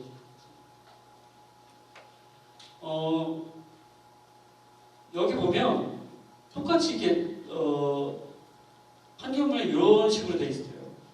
연석이었던 아버지를 암살하려고 폭도들이 찾아와서 이를 피해서 아버지만 일본으로 떠났다. 해녀였던 어머니가 자식과 동생들의 생계를 꾸렸는데 이 아버지를 찾아서 이 생계가 너무 어려우니 이 일본으로 갔던 아버지를 찾아서 넘어갔던 거죠. 어릴 때. 그래서 거기서 쭉 중고등학교까지 쭉 졸업을 하시고 일을 하시면서 거기서 야쿠자 일을 하시다가 잡혀오신. 그리고 김창강 양정호 씨 같은 경우에도 아까 제가 얘기했던 빨치산이 내려와서 산악문학교 태울 때 여기를 이 사람들하고 이렇게 뭐라 그러죠? 삼양초등학교 불태우는 걸 말리기 같이 서로 이제 대응 사격을 했던 거죠. 그러다가 이제 목숨을 잃었는데 그때 고향 사람들 이렇게 죽은 사람들 다시 말하면 폭도 산 사람들의 아버지가 들어갔던 거예요. 그래서 아버지도 이렇게 돌아가시게 되고 이 김평박 씨 같은 경우에 검사의 논고의 마지막에 이렇게 돼 있어요. 판사가 이제 이렇게 얘기했죠. 변호사 최후 변호를 하세요. 검사 최후 의견 밝히세요라고 이제 검사의 논고가 있습니다. 모든 것이 애매함이지만 사형에 처해주십시오. 증거도 없고 확실한 증인도 없는데 그냥 사형에 처해달라고 검사가 당시에 이렇게 얘기를 했어요. 이게 왜 가능하냐? 여기는 제주이고 사삼이 있으니까 이게 가능합니다. 빨치산에 대항해서 싸웠던 사람이 그리고 빨치산에 대항해서 싸웠던 경찰 부가족이 어떻게 빨갱이가 될 수 있느냐? 4.3이면 가능합니다. 그것도 4.3의 둘레를 씌우면 가능하더라고요. 강희철 씨 마찬가지입니다. 가족이 열을 맺게 된 게 4.3 사건이었어요. 남로당에서 활동했던 지식이었던 큰아버지가 요 빨치산 소탕하려고 빨치산 소탕 피해가지고 이제 일본으로 가셔가지고 일본에서 대학을 졸업했는데 강희철 씨가 밀항을 해가지고 가서 영주권을 획득하고 거기서 살다가 요 아까 얘기했던 그 남로당에서 활동해서 도망갔다고 하는 큰아버지 이 사람을 한 차례 만났다는 이유로 간첩이 됩니다. 인사 안 합니까? 일본에 계신 큰아버지한테 인사하는 게 도리잖아요. 일본에서 어떻게 인사 안 합니까? 자기 큰아버지. 아까 김원장 씨, 김인근 씨 말씀드렸죠. 김인근 씨 같은 경우에는 8명이 일가족이 그냥 몰살을 당했습니다. 심지어 새언니가 뱃속에 아이를 갖고 있었는데 그 뱃속에 있는 아이까지도 같이 죽었어요. 그 제주교대 그 저수지에서 학살당한 그날. 그리고 어머니 같은 경우에는 총을 7방을 맞으셔가지고 그 무명창 할머니처럼 이 턱이 없으셨어요. 네, 할머니처럼. 치료를 할 수가 없으니 인근 할머니가 울고만 있는데 새벽마다 누가 이렇게 소고기하고 호박하고 죽 갖다 놓은 거예요. 누군지 모르는. 이분이 계속 갖다 놓으면서 소고기는 소고기는 먹는 게 아니라 소고기는 얇게 접여가지고 어디 상처에다 이렇게 싸매면 됩니다. 호박죽은 잘 쏘아가지고 어떻게 해라 붙여라. 요거 다 소위 말하면 요즘으로 말하면 처방전 레시피를 다 써놓고 가시는 거죠. 그걸 매일 새벽마다 갖다 놨다는 겁니다. 누군지 모르는 마을 사람이. 그래서 못 만나면 방이라도 붙여가지고 누군지 찾고 싶다는 거예요. 지금 너무 고마우니까. 네. 막 울다가 난간에 쪼그려가지고 잠들면 이웃집 할머니가 울지 말라면서 둘레떡 갖다 주면서 은근아 살아라. 사람 심이 사라지니 살아라. 계속 그렇게 격려를 했다는 거예요. 어머니는 누워 계신 어머니는 나중에 오빠가 산 사람한테 아까 끌려갔다고 했잖아요. 4개월 만에 도망쳐서 내려왔는데 도망쳐서 내려온 사람을 산 사람 활동했다고 해가지고 다시 끌고 가요. 그래서 경상교도소에서 무기징역 받아가지고 경상으로 끌려갑니다. 지금 이제 서대문연구소죠. 끌려가가지고 거기서 행방불명됐습니다. 다행히 김일근 할머니 오빠였던 그 김호근 씨는 작년에 그 사산 재심 이럴 때 같이 들어갔던 분이라 작년에 무죄를 받으셨어요. 김호근 씨. 사상과 관련돼서. 얼마나 남편이 취조를 받았는지 몸이 까맣게 습독이 모양으로 시커멓게 변했대요. 근데 제가 아까 김용남 선생님 그 누워 계시던 그 김용남 선생님 돌아가셨을 때 봤는데 왜 돌아가시면 예전에 맞으셨던 부분들이나 상처났던 부분들이 이렇게 나온다고 하잖아요. 몸이 정말 새까맣게 변했죠. 너무 얼마나 고문을 당하셨는지. 이 습독이 모양으로 시커먼 게 저기 고문 나가지고 피가 죽어가지고. 지금 그 관덕정에 있는 그 뒤쪽에 보안대 사무실이 있었습니다. 예전에 그 관덕정에 있는 뒤쪽 걸 보고 보안대 사무실이 있었는데 거길 찾아가가지고 담배 한 포를 주면서 제발 아방 얼굴 한 번만 보자고 해서 아방 얼굴 한 번 보려고 갔는데 보안대에서 잡아가가지고 거기서 이틀을 또 고문을 했어요. 아내를. 네 남편은 간첩이고 자백하라고. 그래서 고문 받고 나오신 거예요. 아내분도. 4.3이 나한테 일어난 게 계속 나한테 안 떨어진다. 4.3은 나한테 끔찍한 기억이다. 그래서 계속 4.3 원망을 하셨던 게 이 김인근 씨였어요. 다행히 이런 사연들을 귀담아 듣는 정치인이 좀 계셨어요. 강성민 전 도의원이죠. 이번에 안 되셨더라고요.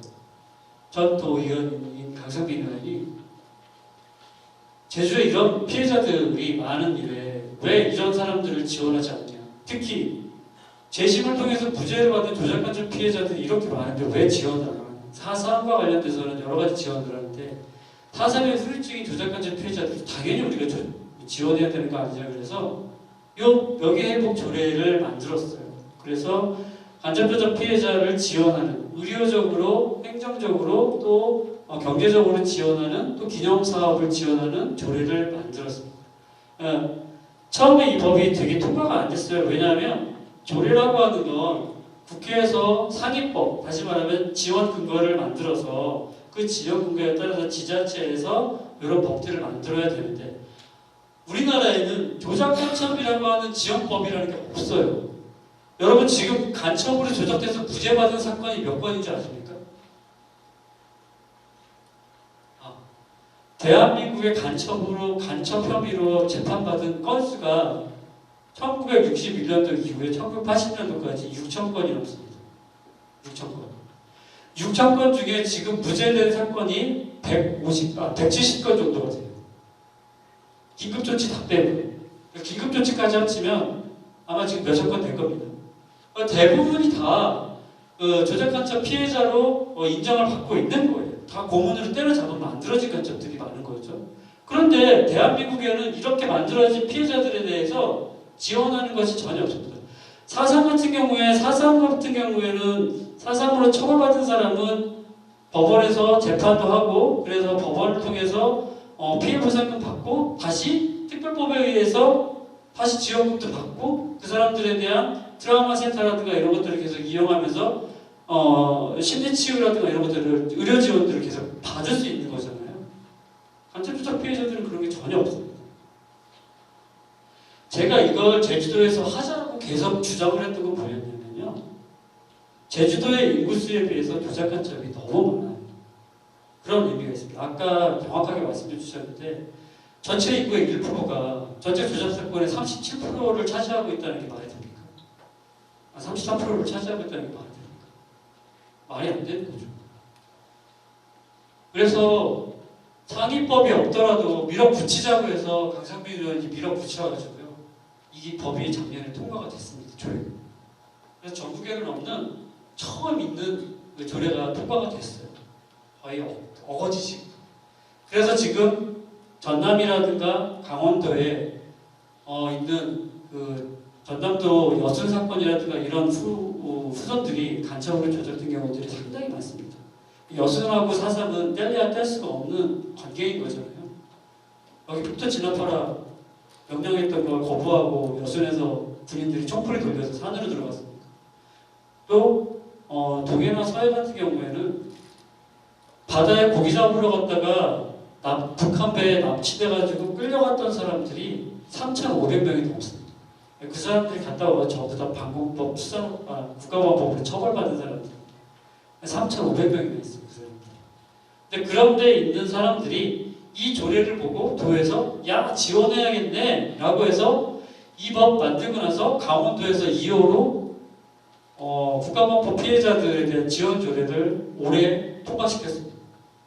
이게 지금 계속 파생되고 있어요. 이러다 보면 어느 순간에는 결국 상위법이 만들어지지 않겠습니까? 그러니까 도적 간첩 피해, 국가폭력 피해자들에 대한 이야기들이 계속 파생되는 건 이 제주에서의 작은 부시였던 거죠. 그런데 이 작은 부시는 4.3의 역사라는 거예요. 오늘 제가 여러 가지를 말씀드렸지만 저희가 잊어버리면 자꾸 이런 일이 반복됩니다. 4.3이 1947년 3월 1일부터 1949년까지 있었던 총체적인 일의 과거사다라고 하면 큰일 납니다. 자, 제가 지금 아까 그 한홍구 교수가 반헌법 행위자였죠. 수록 집주검조 대상자에 4.3과 관련된 사람들만 이렇게 있어요. 제가 오늘은 시간이 없으니까 이 송여찬하고요. 그 다음에 여기에는 없지만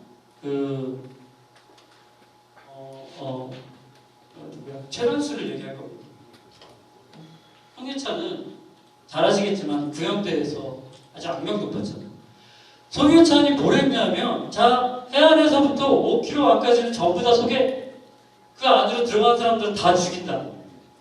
이거 했던 사람이 누굽니까? 송여찬이죠. 제주 4.3에서 가장 많은 학살을 자행했던 주범 중에 하나가 송여찬인데요.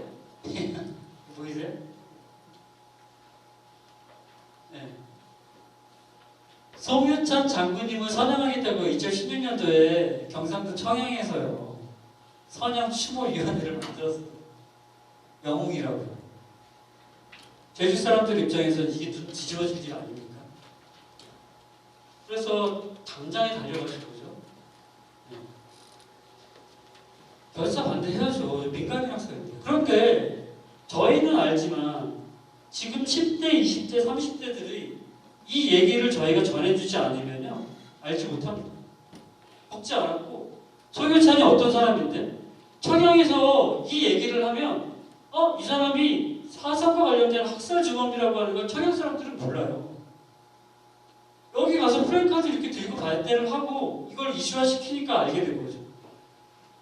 이걸 우리 4.3 이야기를 계속 계승해주고 전승해주지 않으면 이런 일이 일어날 수 있다. 또 하나 채난수 제주 음대에서 엄청나게 많은 주민들을 희생시켰고 채난수는 또 일본도를 쓰기로 되게 유명해요. 일본도 써가지고 소위 말하는 닉본도라고 하죠. 사람들 찔러 죽이는 거 잘했습니다. 네. 채난수가 이 노독술이라고 하는 칠일 경찰 출신의 이 노독술하고 같이 일을 했던 아주 악명 높은 수사관입니다. 이근환을 키워냈던 노독술의 후배가 이근환이고요. 이 채난수 같은 경우에 아주 유명한 사람이 조카가 있어요. 채난수의 조카. 우리 민주화에 굉장히 기여를 많이 했다고 알려졌어요. 혹시 아십니까? 채난수의 조카 검사가 하나 있어요. 여러분들 영화 1987 혹시 보셨어요? 1987년도. 그 유월항쟁을 이끌었던 게 서울대 박종철 군이 뇌공무로 탁 사망했을 때잖아요. 그 박종철 사망했을 때 이거 익사 같은데? 라고 하면서 화장하라고 할 때 막았던 검사 하나 있지. 누굴까요? 뭐 뉴스에서 굉장히 많이 나옵니다. 저도 사실은 지금 이름이 기억이 안 나서 그래요. 외자예요, 외자. 최애 뭐였지? 제가 나이가 50이 넘어가니까 깜빡깜빡하는 거죠. 이름들이 너무 많아요. 그거 쳐보시면 알거든요. 1987년, 그 당시 이 박종철 사건을 담당했던 검사 치시면 나오고, 그 박종철 검사의 큰아버지가 최난수예요. 최난수. 아무 느낌이 없으세요? 한쪽에서는 87년 민주화 운동의 영웅인 사람이 살고 있어요. 우리는 그 사람을 영웅이라고 생각해요. 그 검사가. 그런데 그 검사의 아버지가 제주 4.3 학살을 주도했던 사람 중에 하나예요. 자, 그러면 그 1987 때 영화가 딱 개봉될 때 그 영화 배우 기억이 안 나네요. 하정우 와이프 또 하나 있어요. 그 잘생긴 강동원 자기 알지도 못하고 얼굴도 본 적 없는 할아버지 외조부가 친일행위 했다고 해서 그 영화 나올 때 사과했어요. 기억하시나요? 네. 지금 검색하셨어요? 그 검사 이름? 네, 최강 검사. 유튜브 나가고 있죠? 생방송으로.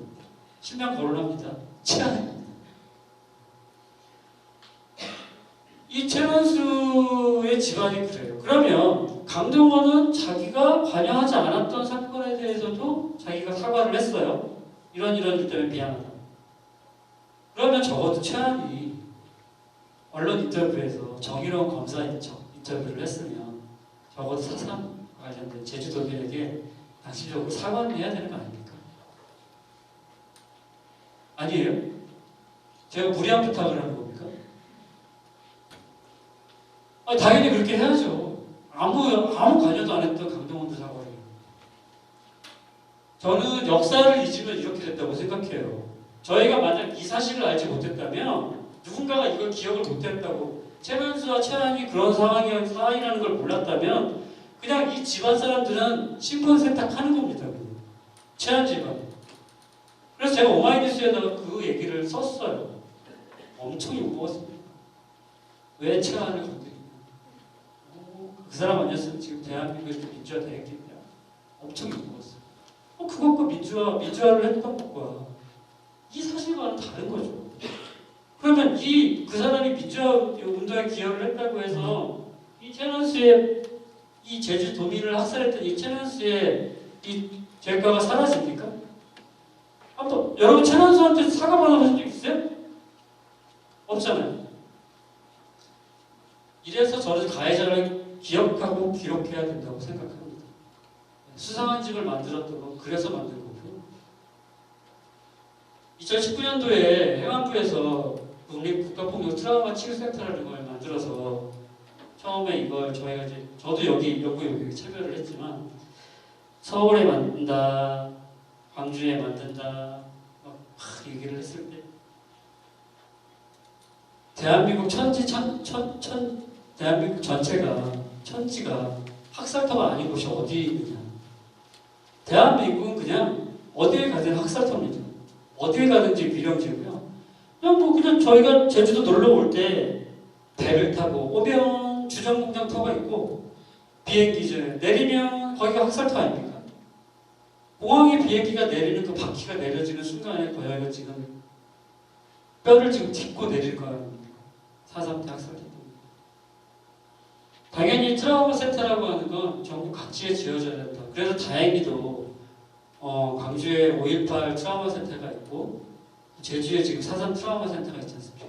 그래서 그 두 군데의 트라우마 치유센터를 각각이 만들어서 주도해서 가서 국가폭력 피해자들을 지원하는 것들이 뭘까요? 더불어 그 국립 트라우마 센터, 4.3 트라우마 센터 안에 4.3과 관련되어서 결국 국가폭력을 계속 꾸준히 당했던 조작간첩 피해자분들도 함께 이 트라우마 치유 사업에 치유 대상자로 포함되어야 된다, 피해자로 포함되어야 된다고 하는 게 저의 생각입니다. 겨우 이제 4.3 수용인들이 이제 부재로 풀려났고 72년 이제 예전이 71년 한을 풀었다 이렇게 돼 있는데 어려운 길이었죠. 저희가 4.3을 아까 쭉 봤지만 4.3을 입에 떼기도 어려웠고 4.3이라고 하는 걸 얘기하기도 굉장히 어려운 기간이었는데 여하튼 지치지 않고 제주도민들이 계속 이 부분에 대해서 이야기를 하고 해서 결국 법도 만들어지고 결국 사법부에 이렇게 정의로운 재판 판결들도 받습니다. 그래서 몸은 정신적인 통통 이런 것들도 치유하기 위해서 트라우마 센터를 만들어야 된다. 지금 4.3 트라우마 센터 가보니까 잘 해놨더라고요. 4.3 트라우마 센터 가니까 뭐 물리치료도 받으실 수 있는 여러 가지 트라우마 치유를 위한 여러 가지 상담 프로그램이라든가 아니면 재활 프로그램들을 잘 운영하고 있던데 그런 것들이 모범적으로 좀 잘 됐으면 좋겠어요. 문제는 아침 것처럼 역사가 우리를 망쳐놨지만 그래도 상관없다라고 하는 이 빠찡코 드라마의 대사처럼 역사가 제주도민들을 망쳐놨고 대한민국 시민들을 망쳐놨다고 한다 그러면 결국 벌어진 일이니 어쩔 수 없지 않습니까? 그러면 그것에 대해서 다시는 이런 일이 재발하지 않고 이분들이 그 고통 속에서 잘 벗어날 수 있도록 정부가 계속 지원을 하고 약속을 하고 기억을 해야 되는 것이죠. 과연 그렇게 할 수 있을까? 사상가 조작간첩 피해자가 대표적으로 이 김일근 할머니인 거죠. 본인의 4.3 피해로 인해서 본인 가족의 4.3 피해로 인해서 남편이 조작간첩이 된 대표적인 케이스입니다. 죽은 이는 부디 눈을 감고 산자들은 서로 손을 잡으라고 하는 이 김일근 할머니의 어머니 강부, 이게 한국 현대사에서 전혀 기획되지 않은 회복적 정의에 대한 대표적인 모델이라고 생각을 합니다. 그리고 거기에 수상한 집이라고 하는 것들도 첫 신호탄이라고 저는 생각을 해요. 아까 얘기했던 그 떡이 이 육지에서의 그 국가폭력과는 다른 제주도의 또 다른 국가폭력 회복의 힘이라고 저는 생각을 합니다. 누군가 알지 못하는 사람이 소고기 호박 죽 갖다 놓고 먹으라고. 육지에서 양민학살 그렇게 일어나도요, 저런 일 별로 없습니다. 그리고 울지 말라면 둘레떡, 이거 개떡 갖다 주는 집 없어요. 육지에서. 제주는 참 특이한 게 괜당이라는 거 있잖아요. 육지 것들은 정말 이해할 수가 없는 것 중에 하나예요. 그리고 육지 것들이 결코 들어갈 수 없는 게 괜당이에요. 인정하시죠? 네. 제가 아무리 여기서 발버둥을 쳐도 괜당으로 못 들어가더라고요. 근데 그게 사실은 제주를 계속 회복시키는 힘 중에 하나예요. 그 괜당이라고 하는 문화. 그게 아니었으면 아마 육지처럼 뿔뿔이 흩어졌을 겁니다. 그러니까 제주 공동체가 가지는 그 공동체적 회복의 힘이 결국 4.3의 정명이나 저는 회복, 트라우마 치유에 대한 힘으로 작용할 것이라고 저는 틀림없이 믿습니다. 제 얘기는 오늘 여기까지 마치고요. 제가 당부하고 싶은 마지막 말은 4.3은 제주만의 문제가 아니고 제주만의 이야기가 아니다. 우리 모두의 이야기고 육지 것들도 잊지 않고 있다. 그리고 최근 육지 것들도 굉장히 4.3에 대해서 많은 관심과 열정을 가지고 있다는 걸 알아주시고요. 육지놈들도 열심히 일할 테니까 제주분들도 열심히 도와주시고 관심 가져주시면 고맙습니다. 그리고 한 번씩 수상한 집 광번에 오셔서 도대체 뭐래길래 저기서 자꾸 저 얘기를 하나 한 번씩 들어봐 주시고 고문 얘기를 군대 얘기처럼 하는 광부 삼촌 얘기도 한 번씩 들어주시면 고맙겠습니다. 네, 강의하셨습니다.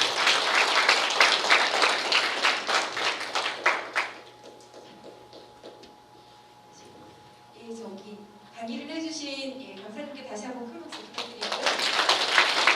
저희가 지금 시간이 좀 남았는데 너무 열심히 강의를 해주셨지만 궁금하신 게 있으시거나 아니면 소감이나 그런 의견을 좀 전해주실 수강생분이 계시면 말씀을 해주시면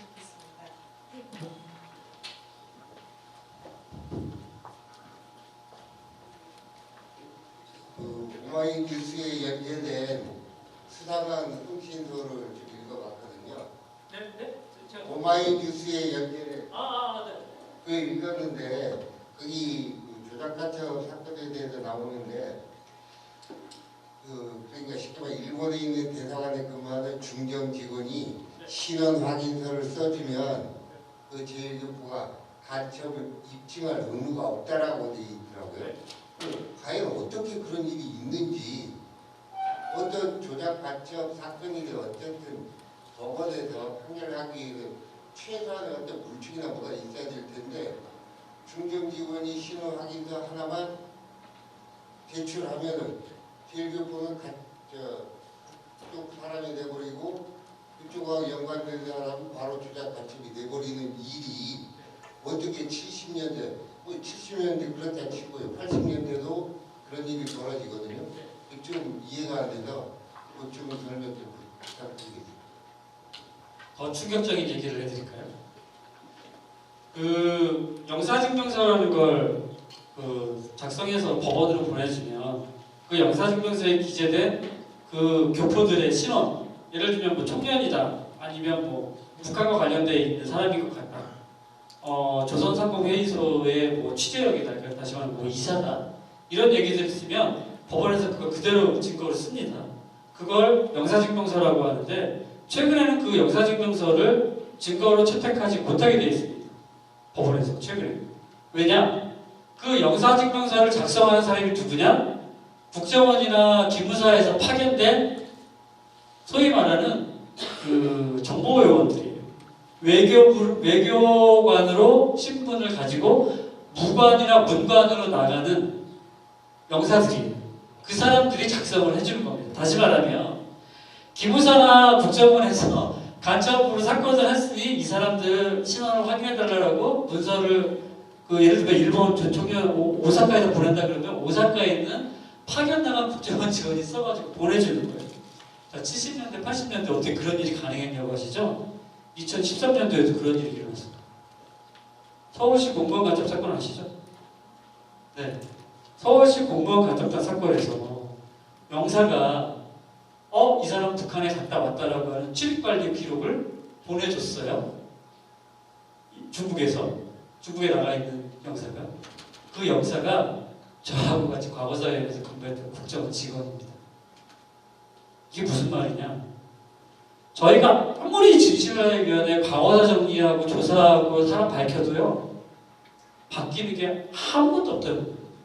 지금 열심히 조작간첩 같이 저희랑 같이 활동하고 그 조작간첩에 대한 이야기들이 계속 그 조사했던 조사관이 그 위원회에 파견왔다가 직장으로 돌아가서요 그 짓을 하고 있는 거예요. 가가지고 자기가 영사인 양 그 문서 작성해가지고 보내줬어요. 그래서 그 영사 증명서가 허위 조작됐다는 거예요. 중국에서 우리 이런 거 발급해준 적 없는데? 중국에서 발견해가지고 중국에서 얘기를 하는 바람에 그게 허위로 작성된 거 알지 않았습니까? 작성해준 게 누구냐? 국정원에서 파견된 직원이에요. 영사로 파견된 직원. 여전히 해외의 모든 영사에는, 대사관에는 여전히 그렇게 파견되어 나가 있습니다. 지금도 가능해요. 지금도. 그래서 저희가 국가보안법이나 이런 것들, 법체계, 특히 이런 정보사무과 관련돼서 권한을 계속 축소하자 또는 없애자라고 하는 건 필요할 때마다 그렇게 간첩 사건을 만들 수 있기 때문이에요. 그리고 그 대상자들은 누구냐? 따지고 보면 집안에 빨간물이 조금이라도 가 있거나 빨간 줄이 가 있는 사람들은 무조건 대상자입니다. 그래서 제가 아까 말씀드린 거예요. 여러분들은 참 운이 좋으신 분들이다. 언제라도 발생할 수 있는 문제. 다른 분 질문 있으십니까?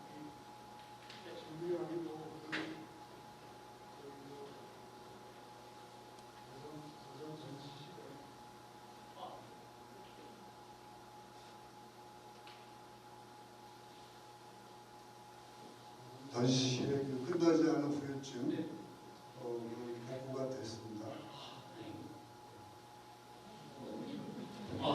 네. 복구가 돼서 다행입니다. 정말 감사할 일이고요. 제가 처음에 그 전시를 할 때 일본에 있는 그 그 제1교포 조작가처 피해자들이랑 2016년도에 왔다가 17년도에 왔을 때 그것이 이제 사라지면서 일본에 계셨던 그 간첩 피해자분들이 굉장히 많이 마음 아파하셨었거든요. 그때는 수사한 집도 없었었고 유일하게 그들의 이야기를 담아줬던 것이 이제 사상 평화공원이었었는데 지금 다시 복원됐다고 하니 굉장히 아마 뿌듯해하시고 기뻐하실 겁니다. 고맙습니다. 네, 다른 분 네, 말씀해 주실 분 계신가요?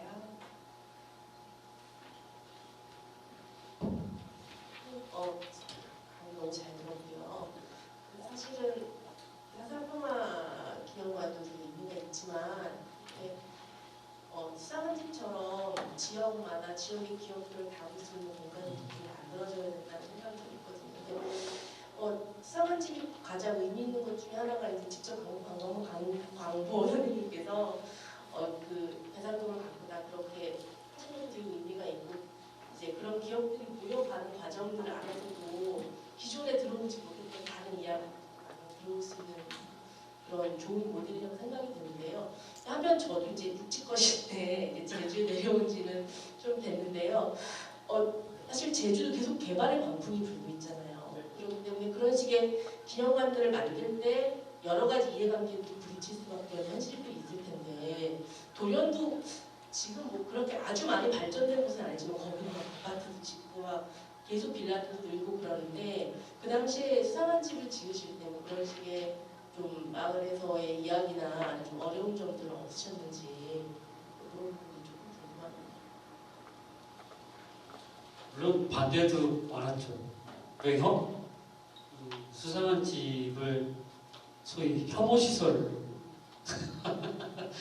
그렇잖아요. 저희가 간첩 이야기를 하면 내 집 옆에 간첩 기적관, 간첩과 관련된 이야기가 들어온다 그러면 일단 굉장히 혐오스럽게 반대를 하겠죠. 다행히 많았지만 그럼에도 불구하고 광포 삼촌이나 처음에 그걸 만든다고 할 때 마을 청년회나 아니면 마을 노인분들 의식 경로당이나 마을 자치센터나 이런 데 찾아가서 계속 행사할 때마다 돈 들고 가고 먹을 것 들고 가고 하면서 계속 이야기를 드리고 인사드렸어요. 그래서 이런 것들을 하겠다. 그리고 아까 얘기했던 김태주 씨라고 제주 특산 그 도련동에서 제주 특산 만년필로 그 피해를 보셨던 그 간첩 피해자분이 그때 살아계실 때여서 그분이 잘 설득을 해주셨어요. 마을에 좀 좌장이시기도 하시고 그러셔서 다행히 이제 큰 저항 없이 반대는 있었지만 잘 넘어갈 수 있었는데 저는 그래서 그게 제주였기 때문에 가능하다고 생각합니다. 만약에 이거 서울에서 짓는다고 하면요 절대 못 지었을 거예요. 서울에 일단 땅값 떨어지는 데가 어디 이런 걸 들어오냐 했을 거고요. 그렇게 제주처럼 김태주 씨 이런 분들이 좌장으로 정리를 해주실 수 있는 분들이 국지에는 그런 문화가 없기 때문에 불가능했을 겁니다. 그래서 제가 수상한 점 굉장히 의미 있다는 건 게 제주이기 때문에 가능했다는 얘기 드립니다. 네. 한 분만 더 하겠습니다. 네.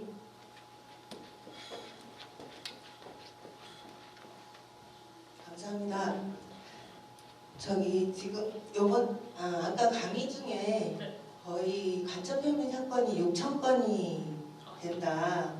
그러면서 재심 무죄 받은 게 지금 현재 109건, 170건이라고 하셨는데 지금 현재 그 재심이 쉽게 수월하게 이루어지기 위한 방법은 지금 현재 제주도는 특별법으로 이런 과정들이 이제 수월해졌잖아요. 그래서 그런 식으로 이제 이 엄청나게 많은 이 사건들을 재심을 하기 위한 방법은 어떤 것들이 있는지 아니면 또 계속 추진하고 있는지 이게 궁금합니다. 2006년부터 2010년도까지 진실화해위원회라고 하는 과거사위원회가 만들어져서 그 과거사위원회에서 500여 건 정도의 인권침해 사실을 진실규명 결정을 했습니다. 정확하게 지금 제가 건수를 기억하지 못한다 아마 560건 정도였던 걸로 기억하는데 맞나요? 저랑 같이 근무하셨었어요 예전에. 그 정도로 그 결정을 인권침해 사건을 그 정도로 결정했던 것 같은데 실제로 그 결정 이후에 재심들이 좀 수월하게 그 결정된 사건들에 대해서 수월하게 이루어지는 편이었는데도 불구하고 170여 건 정도가 이루어졌던 거죠. 재심이 현재. 그렇게 이루어졌던 이유 중에 하나는 당사자분들이 사망을 하거나 또 확정 판결 사건들이 또 상당히 빠졌던, 다시 말하면 단순히 잡혀가가지고 고문당하고 막 이랬던 일들로 고문당했던 분들만 계시기 때문에 이걸 구제할 수 있는 방법이 없는 거예요. 사상 같은 경우에는 지금 학살을 당하거나 고문을 당하거나 했던 사실만 확인이 된다 그래도 지금 이제 배부상 특별법 대상자에 들어가지 않습니까? 근데 고문 같은 경우에는 확정 판결, 그 법원의 판결을 받은 사람들만 지금 진실규명 대상자 또는 법원의 재심 대상자가 되는 거예요. 그러면 그냥 단순히 간첩으로 몰고 갔을 때 아까처럼 강해구 사건처럼 뭐 9명, 10명씩 사건들이 기소가 돼가지고 재판을 받게 되면 그 사람들만 조사를 받는 게 아니고요. 마을 사람들이 거의 한 100명이 끌려갑니다. 그래가지고 그 참고인 조사 증인이라고 해가지고 뭐 두둑이 펴가지고 똑같은 날조된 사실들을 계속 인정을 하고 해서 증인으로 세우는데 그러면 그런 사건들을 통해서 받는 고문 피해자들은 전혀 구제를 받지 못하는 거죠. 그러니까 저희가 국가폭력 피해자 특별법 같은 것들을 만드는 건 그런 피해자들까지도 구제할 수 있는 법안들을 만들어야 된다는 게 하나가 있고요. 또 하나는 이거는 질문하신 내용하고는 상관이 없지만 저희가 지금 추진하고 있는 내용 중에 하나는 자 그러면 4.3도 마찬가지입니다. 저희가 통틀어가지고 4.3이든 뭐든 국가폭력 피해자들은 저희가 이제 밝혔어요. 유족회도 있고 신고도 받아서 지금 이제 4.3 유족으로 등록되고 피해자로 등록이 됩니다. 국가폭력 피해자도 재심 받아가지고 지금 무죄 받아서 드디어 이 사람이 피해자라는 게 밝혀졌어요. 진실화위원회에서 이 조사 결과를 바탕으로 해서도 밝혀지고요. 자 그럼 여기에 빠진 게 뭐가 있습니까? 피해자는 있는데 가해자는 없잖아요. 가해자는. 저희가 지금 하고 있는 게 뭐냐면 여러분들 조작간첩 피해자 또는 4.3 특별법으로 만들어져 있는 이 피해자들을 구제하기 위한 돈들 아까 우리가 얘기했듯이 9천만 원, 3천만 원도 있고 보통 조작간첩 피해자들 구제하면 국가배상 소송액이 10억 단위에서 20억, 30억 막 이래요. 지금 2017년도까지 국가배상 소송으로 나간 돈이 대략 얼마인 줄 아십니까 여러분? 저희가 때려본 바로 80건 정도 확인해 본 거가 1,500억이니까요. 지금 170건이라고 했잖아요. 그러면 뭐 한 3,4천억 정도 되겠죠. 그게 누구 돈으로 나가는 겁니까? 그 세월하고 아무 관계없는 지금 20, 30대들 그 돈들을 세금으로 내고 있는 거예요. 그치? 억울하지 않습니까? 그 돈 환수해야죠. 예전에 7.1청산위원회라고 해가지고 7.1 행위자들을 다 잡아다가 조사하고 7.1 재산 환수위라고 해가지고 조사위 만들어져가지고 7.1 재산들을 환수했어요. 공소시효도 없고 소멸시효도 없습니다.